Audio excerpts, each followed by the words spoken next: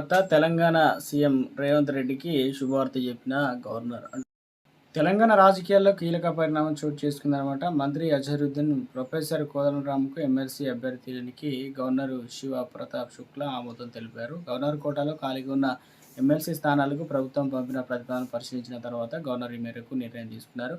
ఎందుకంటే టీమిండియా మాజీ కెప్టెన్, ప్రస్తుతం మైనార్టీ శాఖ మంత్రిగా ఉన్న అజరుద్దీన్కు అంటే మంత్రి పదవి గండం అయితే ఉండదన్నమాట. ఎమ్మెల్సీ పదవి దక్కడంతో ఆయన మంత్రి పదవిలో కొనసాగేందుకు రాజ్యాంగబద్ధమైన వెసులుబాటు కలిగించింది. అయితే సాధారణంగా మంత్రిగా ప్రమాణ స్వీకారం చేసిన వాళ్ళు 6 నెలలలోపు ఎమ్మెల్యే లేదా ఎమ్మెల్సీగా ఎన్నిక కావాల్సి అయితే ఉంటుందన్నమాట.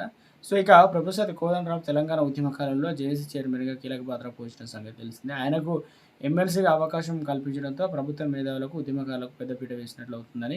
సో ఇక గతంలో వీరిద్దరి పేర్లను గవర్నర్ కోటా కింద ప్రభుత్వం సిఫారసు చేసింది. కానీ దీన్ని సవాల్ చేస్తూ గత ప్రభుత్వ హయాంలో నామినేట్ అయినటువంటి అభ్యర్థులు దాసో శ్రవణ్, కుర్రా సత్యనారాయణ హైకోర్టులో పిటిషన్ వేశారు.